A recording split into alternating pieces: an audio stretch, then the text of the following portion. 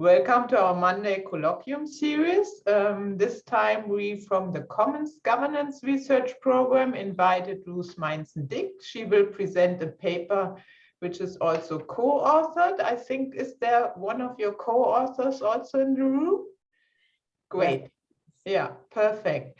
So let me introduce to all of you Ruth Meinzen-Dick. She received PhD and her master degree in development sociology from Cornell University and her bachelor degree in anthropology from Washington University.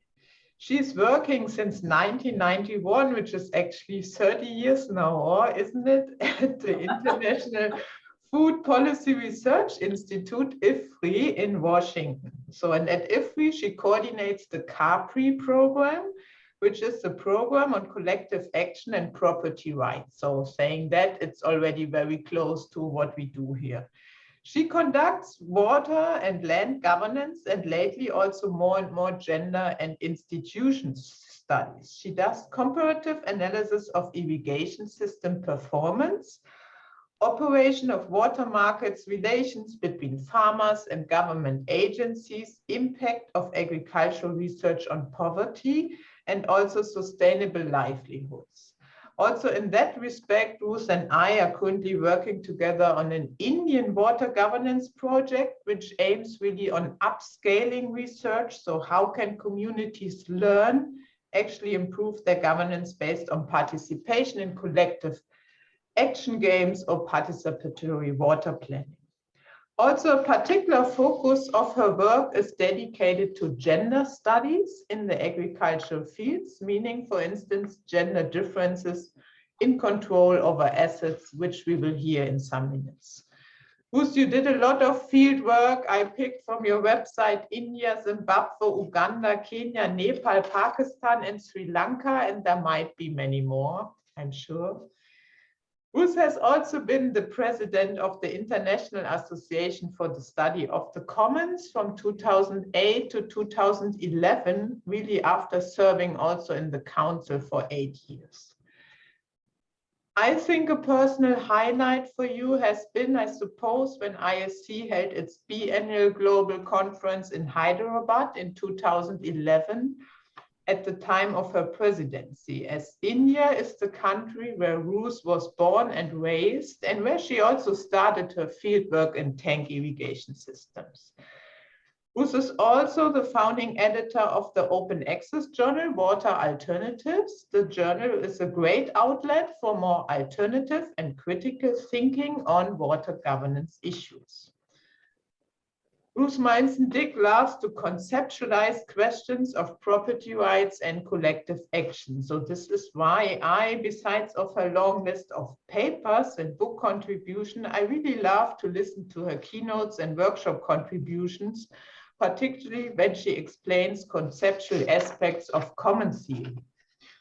So this is why I have invited her today to the Ostrom Workshop Research Colloquia and as a special guest in the re-established Commons Governance Research Program.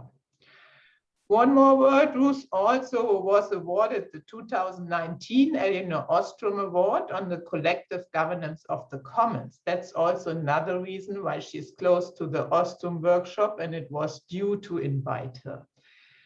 We will listen today to her talk on migration and gender dynamics, irrigation governance in Nepal. So Ostrom Workshop fellows know that studying irrigation system in Nepal has a long history at the Ostrom Workshop. Starting out, I just picked a few books here. I'm never good in showing that to the camera. Let's see, maybe in front of my face it should work. Yeah. So this very long-standing book of Dan Lamb's on governing irrigation systems in Nepal, and also later, Lynn applied her design principles to irrigation management based on the Nepal work. Also, originally, the Ostrom Workshop hosted the NIIS data bank, the Nepal Irrigation Institution Systems data bank. When I saw it 10 years ago, it was still in really physical folders down in the basement. before a colleague, Ulrich Frey, digitalized it. So in line with this long engagement at the Ostrom workshop with Nepal and irrigation studies, we are definitely looking forward to your talk, and then I'm happy to coordinate and moderate the discussion. Ruth, floor is yours. Thank you very much for the introduction, but more for the invitation to come and engage in this. It would be great to get feedback from colleagues in the Ostrom workshop about this paper. So let me begin by in this and just try and make sure that I have things set up correctly. Are you seeing the right screen? Okay, good. So what I'm going to be talking about, and I'm so glad, Insa, that you mentioned this long history of work on water user associations and irrigation governance in Nepal.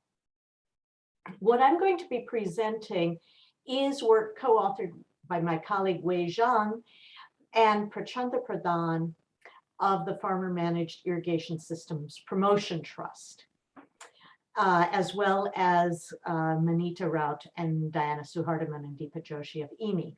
Now, Prachanda Pradhan is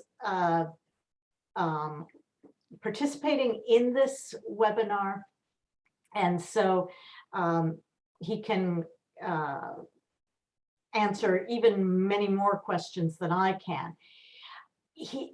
Working with him on this project has been just such a professional delight, because in a way, he is my teacher's teacher. He's the one who taught Walt Coward and Lynn Ostrom and so many others about farmer managed irrigation systems in Nepal.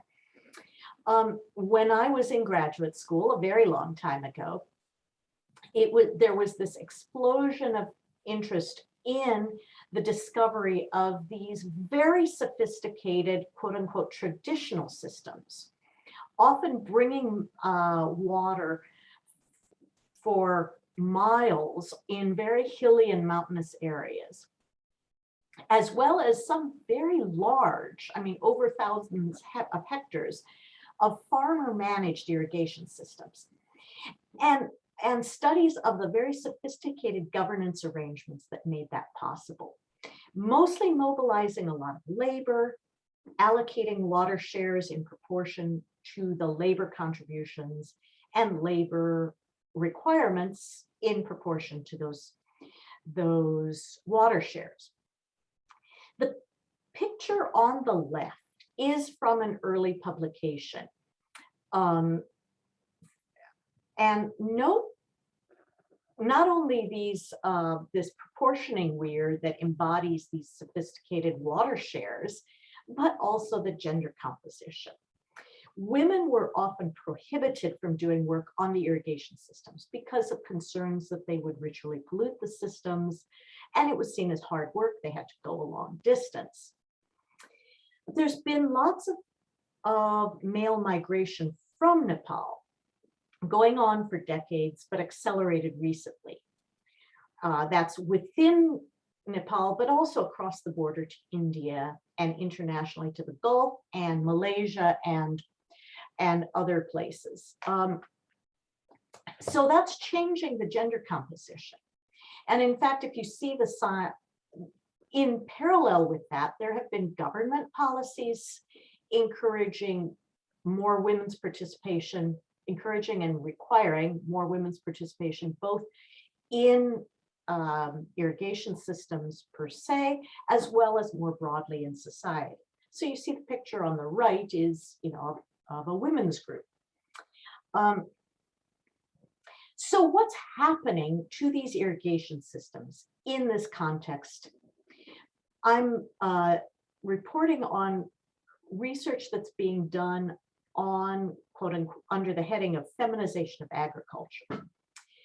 Something that perhaps has not been explored enough in the commons literature, though, for example, Leticia Marino has been looking at effects of mostly male migration on the commons in Mexico.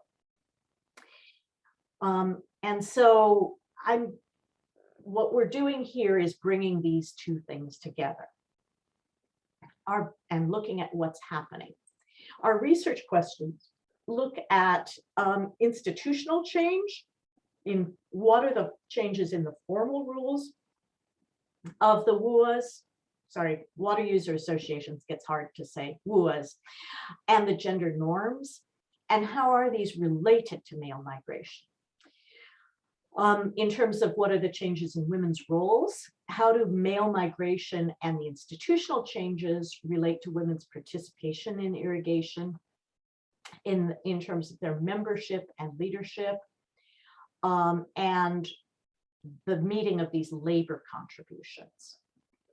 What kinds of technologies are in use, and how's that related to male migration?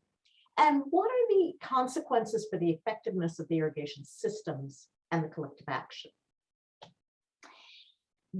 It's a mixed method study using a phone survey of 336 water user association leaders, representing 7 provinces and including the Terai, that's the plains, the hills, and the mountain systems, as well as a qualitative study of 10 irrigation systems spread in different topographical regions.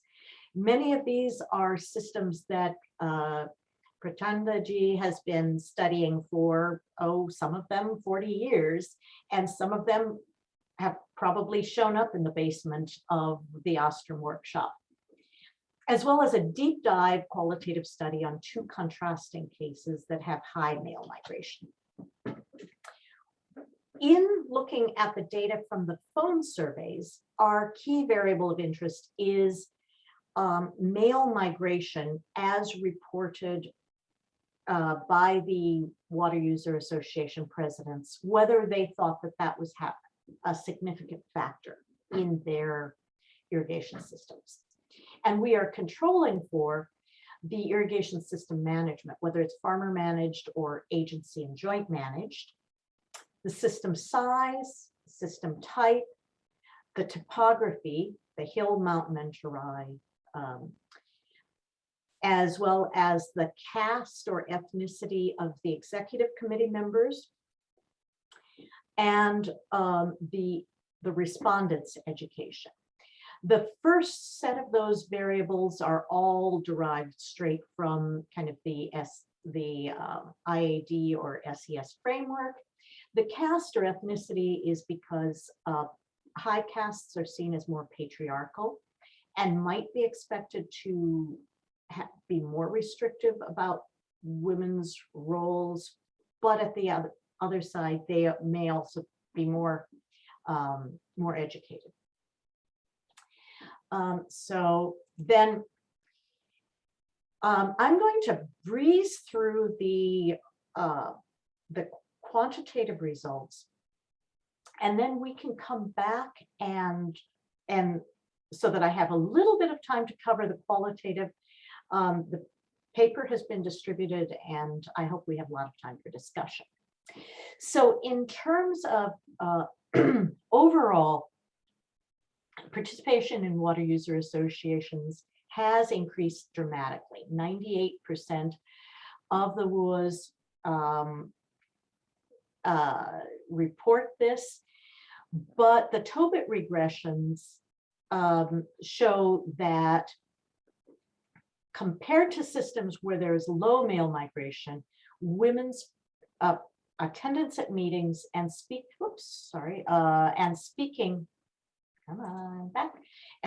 in meetings is significantly higher when there is male migration. But there isn't a significant difference in participation in canal maintenance, women's participation. And we can come back to that in a minute. Then in terms of these women's participation in these irrigation systems, again, a high proportion of women's participation is reported even without high male migration. But the male migration does have a significant positive association with women's participating in in the water distribution, which was something that women don't do as often. The supervision isn't something that women are doing as often. In terms of technological change, we do see that there is male migration is associated with adoption of harvesters and threshers, which are things that are associated with male labor, and but not with some of the other things that are more associated with female labor, like weeding, because weeding isn't as time critical as well. Now, we also looked at what's going on in terms of the potential outcomes. At the end of the interview, we sort of asked, what kinds of effects do you see? And what the things that are circled in red or boxed in red are the things that we can see would be more negative kinds of outcomes. And the good news is that we don't see a significant effect of male migration on women being deprived of being members or on the fallowing of land. We do see about 16% fallowing of land, but it's not significantly higher with male migration. What we do see is that there are high workloads for women and shortages of labor at the household level. Okay, let me turn now to some of the findings from the qualitative work.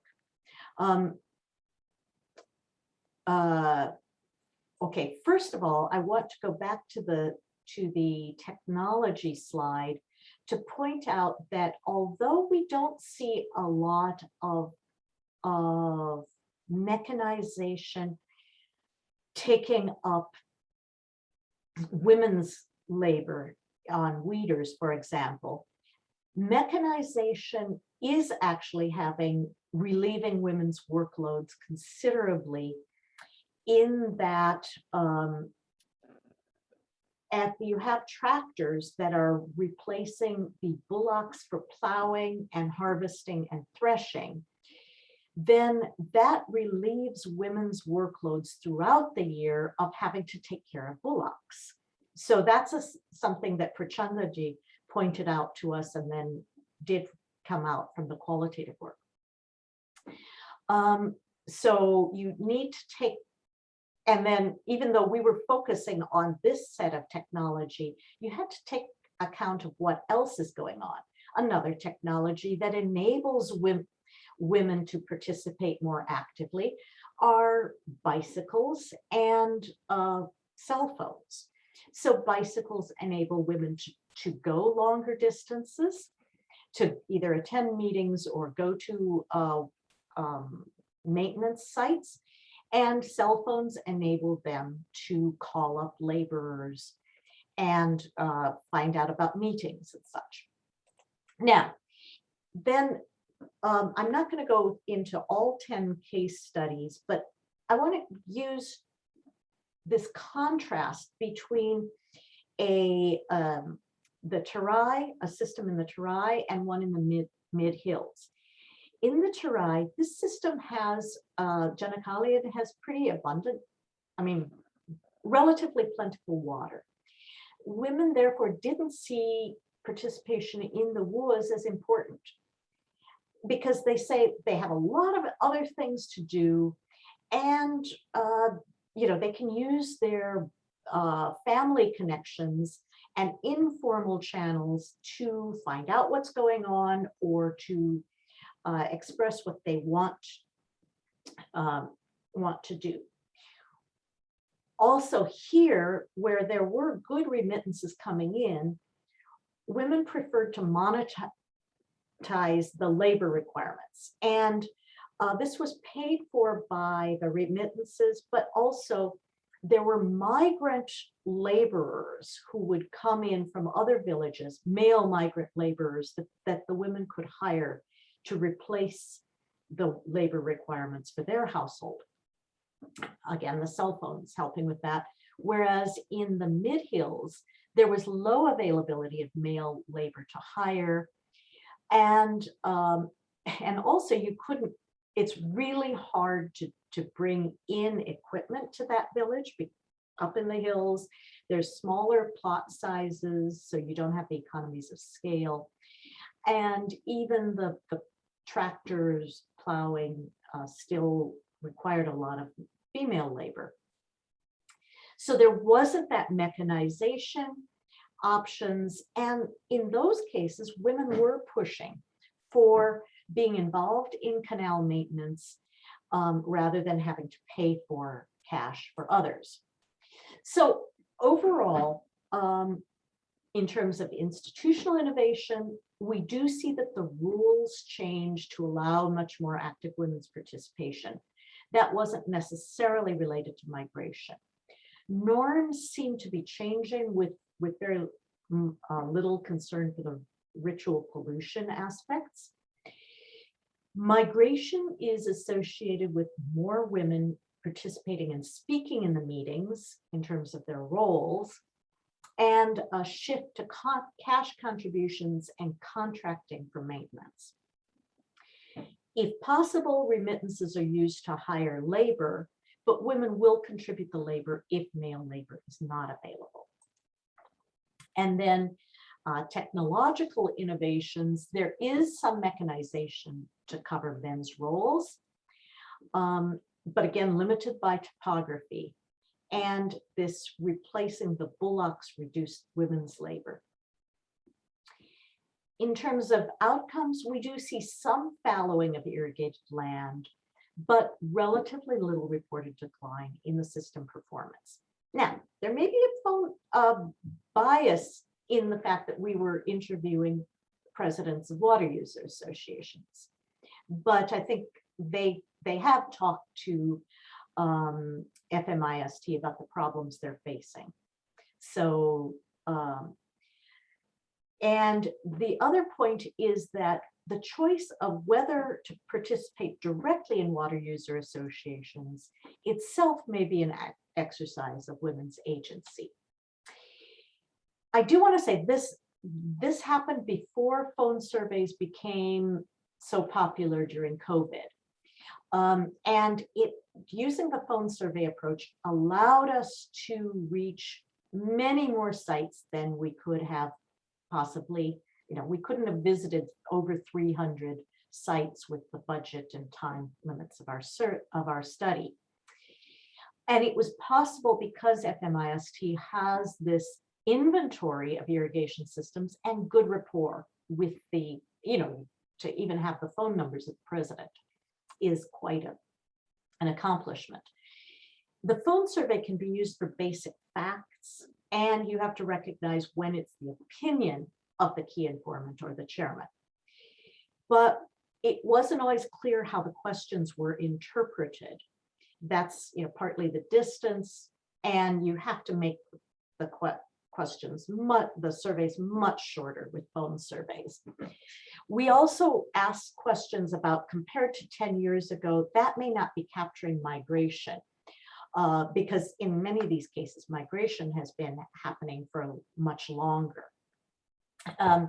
So we think there is real scope for further research in both methodological and content on this, but looking at the changing gender dynamics here. So with that, let me end, and I hope there will be some discussion. Thank you, Ruth. Yeah, thanks again for keeping the time also so perfect. So that really allows us to get into various directions of your paper. Definitely also this phone survey method is something we might have questions about, at least those of us who work empirically. Yeah, I try to watch here also the chat, but I would prefer if you just raise your electronic hand and then I see you jumping in front and you can ask your questions. So what do we have? Something that is already in your mind you would like to ask?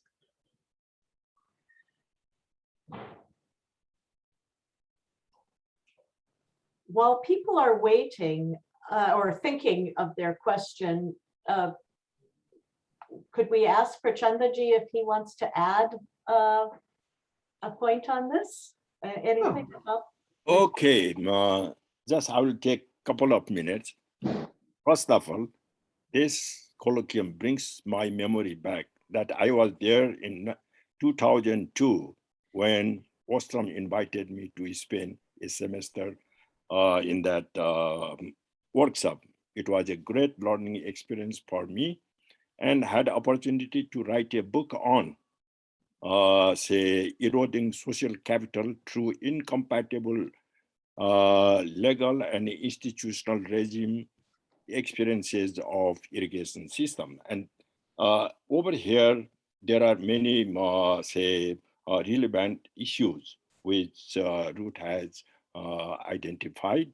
And the interesting thing that when we look at an irrigation system, it is so dynamic. Irrigation system is not static. That is very, very important. And this learning that we are trying to get for this gender issue in governance of water as well as irrigation is in that context of socio-dynamic change that is taking place in Nepal. And it is internally as well as externally forced to bring change on the role of women. It is, it might be by choice, and there are many other factors which have been forced them to change, like the introduction of telephone system brought a kind of new, say, arena to take over. And the same way the bicycle and even the motorcycle these days, you know, these village women use this motorbike as well. So these are the interesting changes that we see. This is from the technological points of view, but from the sociological points of view, the technology have really changed the social values of the people. As Ruth was saying, that the pollution concept, women during the time of menstruation are considered polluted pollution period. Therefore, they are not supposed to touch water, especially drinking water. And in those days, irrigation is used for both domestic as well as for drinking water. Now, there have been separation between the irrigation system and the drinking water system. Therefore, women are now allowed to work in the maintenance of irrigation system, irrespective of their status. So these are the kind of changes which are brought by for me. The role of women have been reinforced one after another through the technological changes in the rural community. So this is what I would like to add over here. Thank you. Thank you, Prachanda. I just saw Mike McGinnis. You had your hand up and now you're gone. He's still there. Maybe he comes back in later. Yeah. What other add-ons or comments do we have?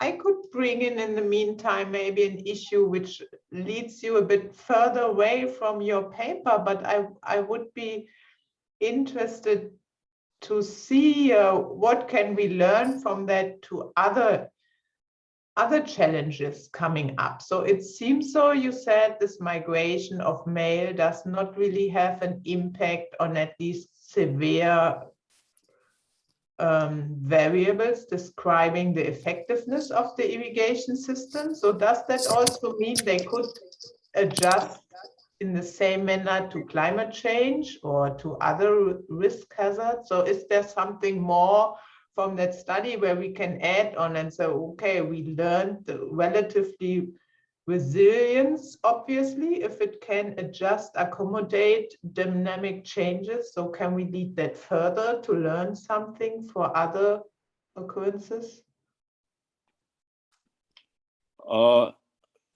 Ruth, may I just add on this issue of climate change and impact on irrigation?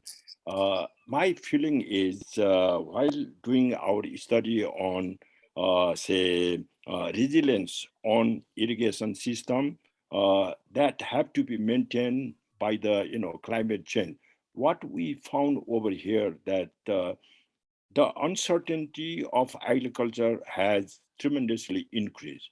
The productivity has been affected by the untimely rainfall or heavy rainfall at short period of time. So these are the factors which were not present before.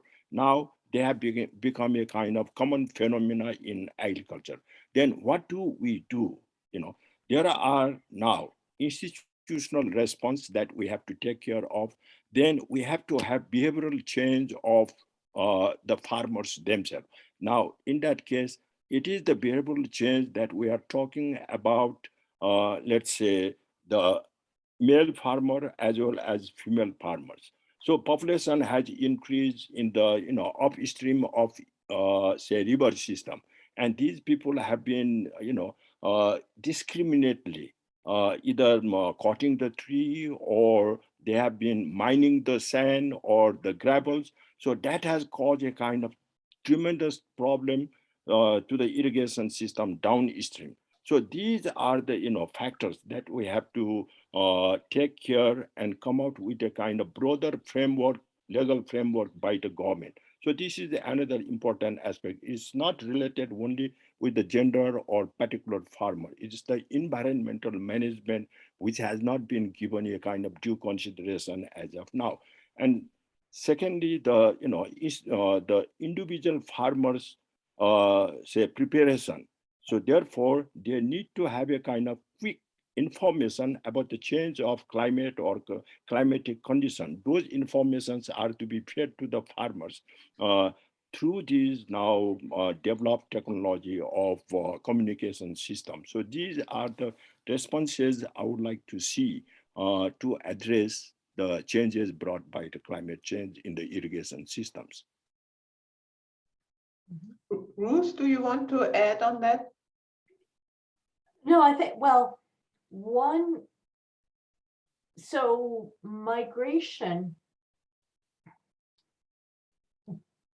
also brings in some advantages for households and even communities in terms of remittances and sometimes the ideas of people who are returning back.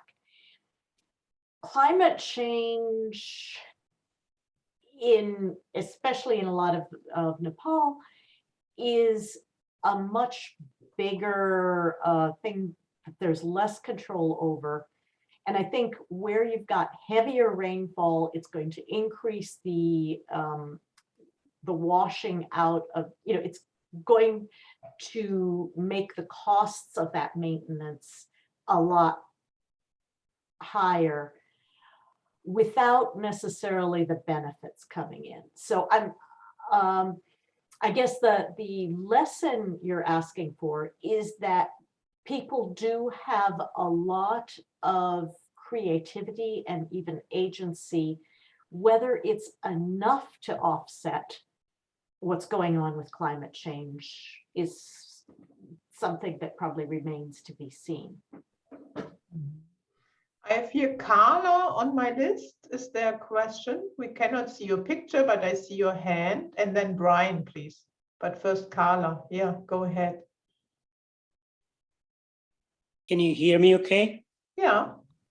The reason of me attending this particular webinar is I was one of the, just like Dr. Prachanda Pradhan said, I was one of the visiting scholars at the workshop in the spring semester of 1994.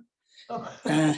And I had participated the NIIS program, the National Irrigation Institution Systems program of the Ostrom. And I had the opportunity of attending many colloquium cities when I was there at the spring semester of 1994. So that caught my attention when the email came in, and the topic was irrigation governance in Nepal, which I was somehow involved as a faculty member from the Institute of Agriculture and Animal Science around Chitwan, Nepal. So that was my quick background, and greetings from Canada. Now I'm in Alberta, Canada. So I've been here like more than 20 years now. But I had an opportunity to meet Lynn Ostrom very lately in 1999 and 2000. But sorry to hear that she passed away. Anyway, the question comes to the topic of today's discussion that Ruth presented very nicely, and it has been some time. I had one particular question, whether I missed the talk. The migration that she points out in this particular paper, the work is the male people are migrating outside of the community to earn some money for their household, income, and then only women are left behind, and they have to participate in the water users associations. Is that what the how research is focused about? One particular question. And another comment is, I think when you try to compare the irrigation systems from the hill areas versus the irrigation systems from the terai areas, the main concern that you pointed out is the difficulty of the terrain for tractors or any kind of farm machinery to move into because of the terrain difficulties, and leads to the labor shortages in hills irrigation systems. So I was just wondering whether you're comparing that aspect with two different type of physiographic regions. So that's my question. Could you say that last bit, comparing the hill and terai on what? Hill and terai, especially on the difficulty of the terrain in the hill areas, and terrain being a plain area, so the tractors can move easily and they can substitute the labor shortages, so that kind of thing. Yeah, so to pick up on that question first, yes, we in the phone survey, in the quantitative analysis, we just have that as a variable, as a proxy for the difficulty of terrain, which affects both the type of system, and the difficulty of getting mechanization in, as well as a little bit often the isolation of communities. But the qualitative work gives a lot more nuance to that, of like the fact that it was more possible to bring in heavy equipment to do the headworks work in the terai area compared to the hill areas. So that certainly is a factor in there. But in terms of, it is very predominantly male migration. Women do sometimes move to the cities, but actually this is interesting. Prachanda's great niece also accompanied him on some of these, and I just spent last weekend with her, and she was looking at gender issues and specifically pointed out that there are policies discouraging women's international migration to prevent the abuse of women, because there have been many cases, especially in the Gulf countries and places, of women being abused. And so therefore the government has made it much more difficult for women to migrate compared to, say, Philippines and Sri Lanka, where women may be even the majority of the migrants. Thank you. Mike, you had your hand up earlier before we lost you, so I can squeeze you in before Brian. And can you hear me now? Yeah. Mm-hmm. Okay, yeah, sorry about that. I don't know what happened. Ruth, it's good to see you back at the workshop again, even if sort of remotely and inconsistently, apparently. I have a question. I found your research paper really interesting because it shows sort of how wide the reach of the remittance economy and migration has become, that these areas in Nepal have been affected by this, and their irrigation systems are being affected. But I'd like to push you a little bit on some of the indirect effects of that incorporation in the global economy, if you will.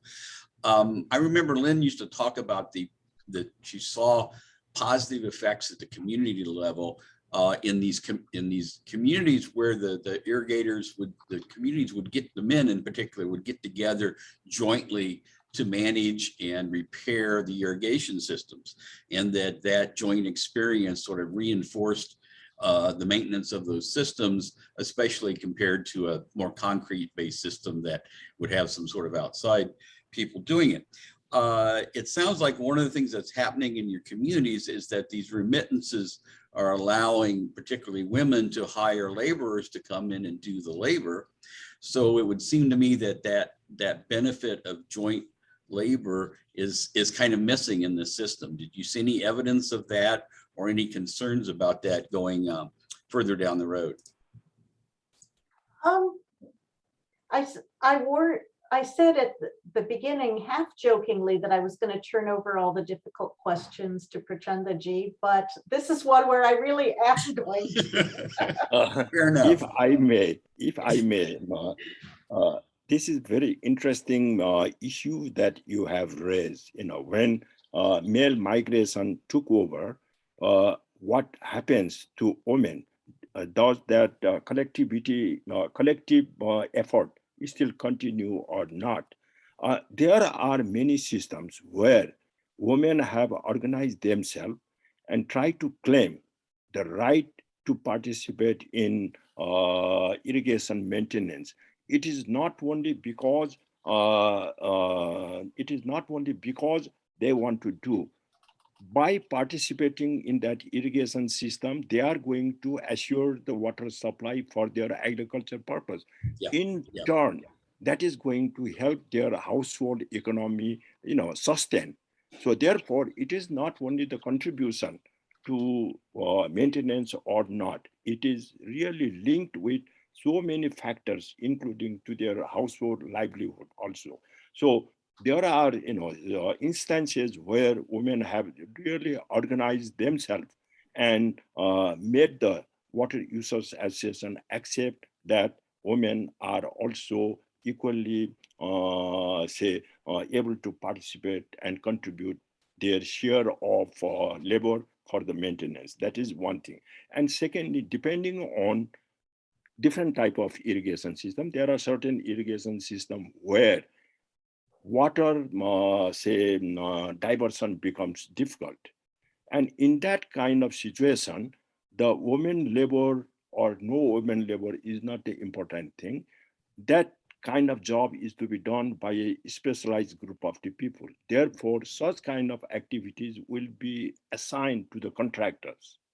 And then the contractors might be using mechanical devices or some other way, but the woman's responsibility will be to pay them the cash. That means monetization of economy for the maintenance also has come, depending on the type of difficulties of the maintenance. So there are different examples, but I still believe that collectivity and collective decision-making process is still on in many farmer-managed irrigation systems in Nepal. Thank you very much.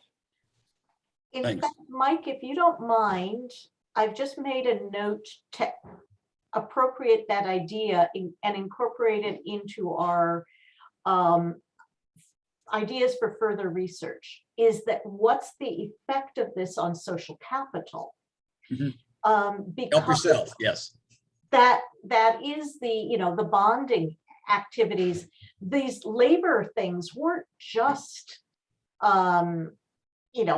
going and chopping. There was often ceremonies involved, and almost always food involved. In fact, what's a couple of the case studies, and at this point, don't quiz me which ones, talked about one of the shifts that happened was women argued that cooking for the groups should be counted as a labor contribution. So that supplying food is, it's not only pickaxes and shoveling dirt that counts for repairing, but that supplying food to the laborers, and that's a part of that building of the infrastructure and the social infrastructure that underlies it. So I'm going to try and put a note on that in this. You've already taken it much farther than I did. I think that's very interesting, a twist on it that you developed there. So best of luck with your research. Thanks. Okay, so let me hand over Brian, our other water governance expert here. What's your question or comment? Okay, good to hear. Lots of interesting insights into what's been happening. And like Prachanda was saying, like continuing dynamics and so on. I think to maybe continue this topic of what you might explore in future research and what you were saying earlier about the extent of agency. And in the paper, you talk about trying to look at heterogeneity, different women in different kinds of social positions and so on. So to maybe be curious, what and how do you think you might be able to get a handle on, women's agency, particularly their own perceived sense of, where they, what they want, where they can or can't make a difference in things, and what might be ways to get at that, not in addition to or in interaction with the more kind of material factors. Okay, thank you. That's a really good question, and Prachanda, please chime in on this. I think the first question is, do they want to be involved in irrigation? Because one of the things that is happening with remittances is that households are opting out of agriculture. Some of the law, a couple of the case studies, and again, I can't remember which ones, talked about issues with people converting irrigated land into into land for a house, building a house on it. Housing bubbles. Yeah, okay. And in other cases, they're using the remittances to move to the city or towns where there's better education for their kids, because the agricultural livelihoods are not necessarily what they want to keep going with. So that's the first act of agency. The other is even Margrethe Svarteveen back in the 90s showed how women whose husbands were migrants in India did kind of a oh poor me version of getting excused from the requirements. My husband's away and I can't possibly do this. And Margrethe and this paper, Nita Nepane, also, they point out that no, in fact, women were deliberately choosing this and using this as a strategy. So it's, I guess the first question is, which way are they choosing? But the other factor that was affecting in the Kalareta case in the hills, in the mid-hills, was that there were, from my reading of it, there were younger women who were pushing for this, but older women were supportive of it, of pushing for women to be more involved in the Water User Association. So there's this maybe a two-step going on between one or two leaders who are seen as exceptional, and because of their particular situation, they get, they can make a claim, but then do others take up and support that and then start citing her as precedent, or does she remain just, a flash in the pan and an aberration. And so I think there's,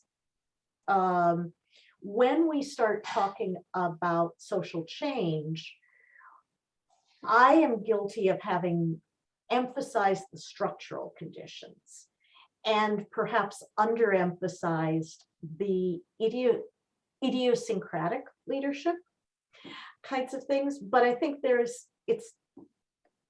agency is about both of those.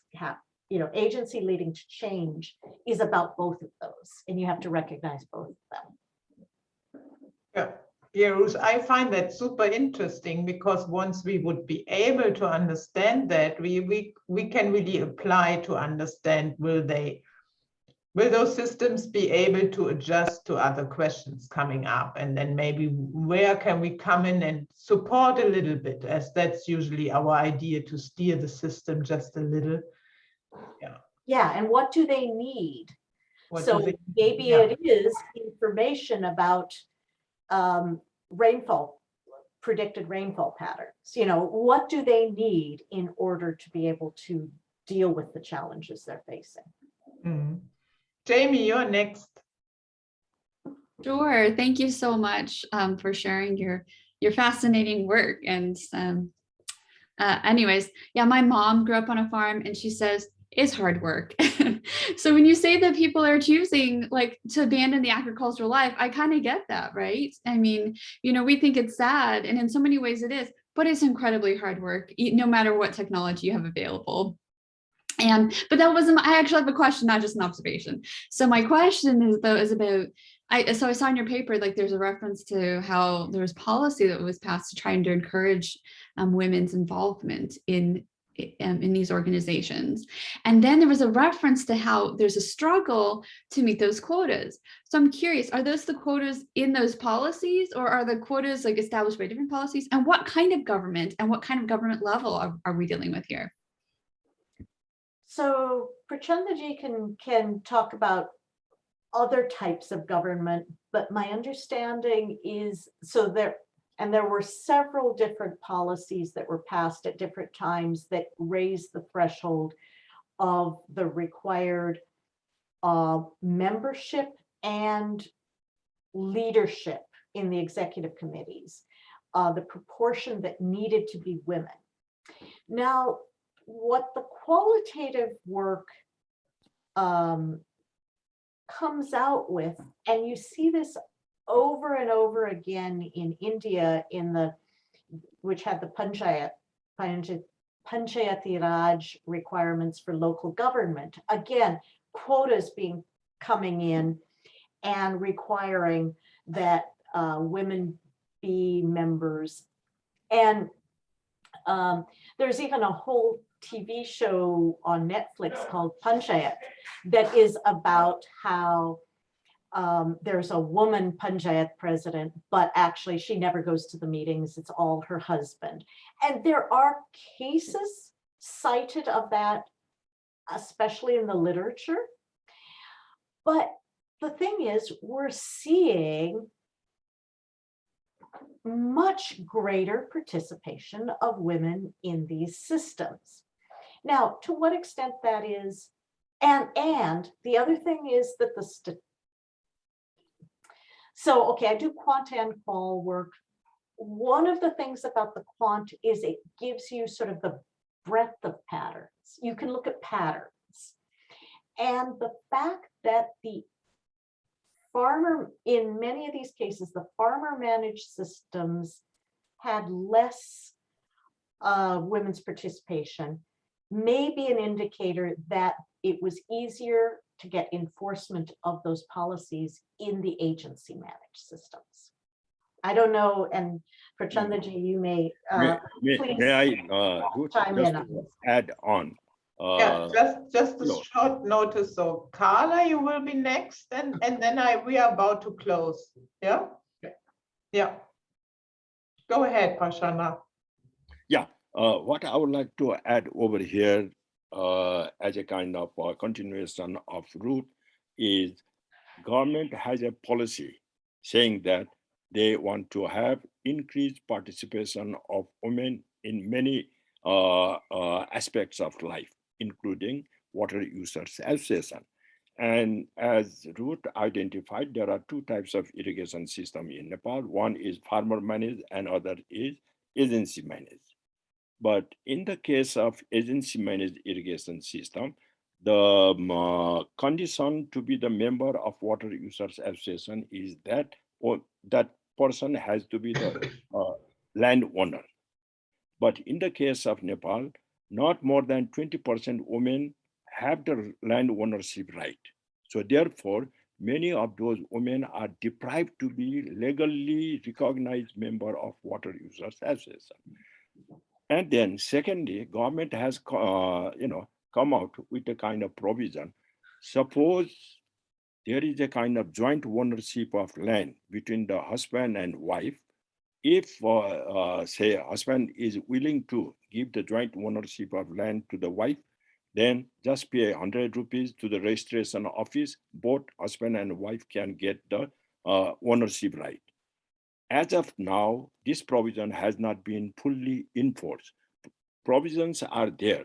So what I'm trying to say over here, that participation of women issues have been duly considered, but there are still many inhibitions and prohibitions where women are not fully allowed to participate in many public affair activities. Thank you. Thank you. Jamie, do you still have a follow-up or it's just your hand up there? Okay. So Carla, please go ahead. Another question? Can you hear me? Yeah. Okay, thank you. Thank you so much for taking my question this time. Yeah, with the discussion of topics going on, Dr. Prachanda clarifying a lot of items here. One of the key questions I want to ask is, with your study in the water users group where there are a lot of women participating in those groups, my specific question would be, how is the governance of these water users, whether it's a little bit effective or is it improving in one way or the other, and particularly in terms of labor mobilization and canal maintenance activities, or the irrigation system maintenance activities? Just a key question. It's a very, very interesting question, and many people will not be able to answer this question. In the sense, there are about 17,000 units of irrigation system all over Nepal, right? And plus, about 3,000-4,000 units of irrigation system managed by the government. And how one will be able to say whether it has improved or decreased. But the proxy might be whether there has been increase or decrease of import of rice in Nepal or not. That could be a kind of proxy to see whether irrigation systems are performing or not. But another factor is whether there has been control of, say, population growth and the in-migration of people from Indian side to Nepal. So there are so many factors, and it is very difficult, Kalanidiji, to answer your question. It is so complex, right? Yeah, that's true, because this thing started happening since I'm out of the country for many years. So because this world migration happened after that, so I just wanted to get a little bit of feeling about what's happening and how it is going. That's my concern. Thank you so much, Dr. Prachanda. Thank you. Ruth, do you want to conclude maybe also integrating the thoughts, difficulties about this performance measurement? Sure. I mean, our indicators of performance are crude and potentially biased by what the Water User Association presidents were telling us. But we were quite afraid that going into this, my priors were that where you had substantial male migration, there was this transfer of knowledge wasn't taking place, that the labor wasn't taking place, and that it would be worse in areas, in certain types of areas. After this, I was really reassured that there is a lot of resilience in the change in institutions, not just the formal water user association institutions, but even in the underlying social attitudes that were taking place. So it gave me a lot of hope for, kind of social change going on. I think it also opened up lots more questions that I hope we can follow up in more detail. And specifically on that, those of you who did take a look at the paper and have comments, they would be really welcome, because we're about to put this out as an IFPRI discussion paper and submit it to a journal. And so the more we can get these comments taken on board now, the better. So I really appreciate the opportunity to have this conversation with you all. I can think of no better place to be discussing this with, and really hope that that the Ostrom workshop continues this rich work on institutions in irrigation, in Nepal, and in general. Thank you all very, very much. Thank you, Ruth. Thank you, Prachanda, for the presentation. That was really much. Thank you very much. Very, very nice. We appreciated the discussion. I'm sure if I look in the crowd, for sure there are some who will send you comments. As far as I know, very active scholars who might have additional thoughts here and there on the paper. So with that, I will close. Thank you very much for this noon talk. I will all invite you for next week meeting, where we will have Garrett Halsam, and he will talk about food systems in African cities and the role of social material griddedness. And if you are not so sure what that is, please come and listen. Thank you very much. Bye. Thanks a lot, everyone. Bye.